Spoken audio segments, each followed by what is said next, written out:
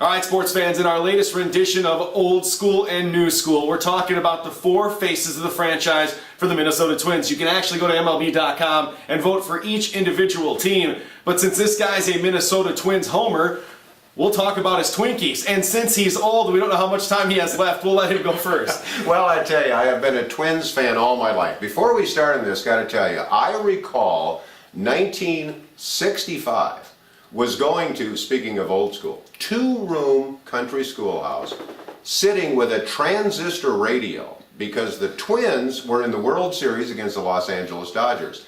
And, in the old days, they played all those games, you know when? In the afternoon. Yeah. There were no night games in the world. But four faces of the Twins franchise. Number one, you have to go with Harmon Killebrew. The Killer is the face of the franchise. Is he over your next guy or the guy after that because of how many more games he played for them? Number one, Harmon Killebrew, because he was the first face of the Minnesota Twins and is still the face. Hall of Famer, of course. Number two, I would go with Kirby Puckett. Kirby Puckett, World Series, I'm sorry? I don't like the guy, okay? Nothing to do with what he did on the field. World Series winner, Hall of Famer. Number three, Rod Carew. Probably, maybe the greatest hitter in all of baseball. Certainly greatest hitter for the Minnesota Twins. Number four, I would go Tony Oliva. Should be in the Hall of Fame. Still working for the Minnesota Twins organization 50 years later. Four faces of the Twins franchise. Said and done, Jeff. I would have to agree with three of those. And Tony Oliva, I'll actually agree with you in the fact that he should be in the Hall of Fame.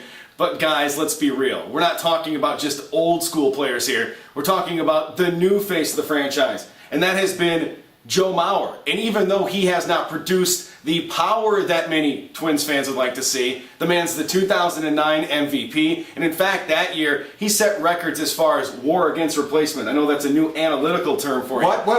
WAR against replacement? I'm sorry. Wins against replacement. Wins against replacement. WAR. I'm sorry. I still don't know what you're talking about. I know you don't. I still have no. It's called analytics, sir. We use math. RBI. So anyways, back to my three. I'd go first of all, like you said, Killebrew number one. Then I would go with Rod Carew 2.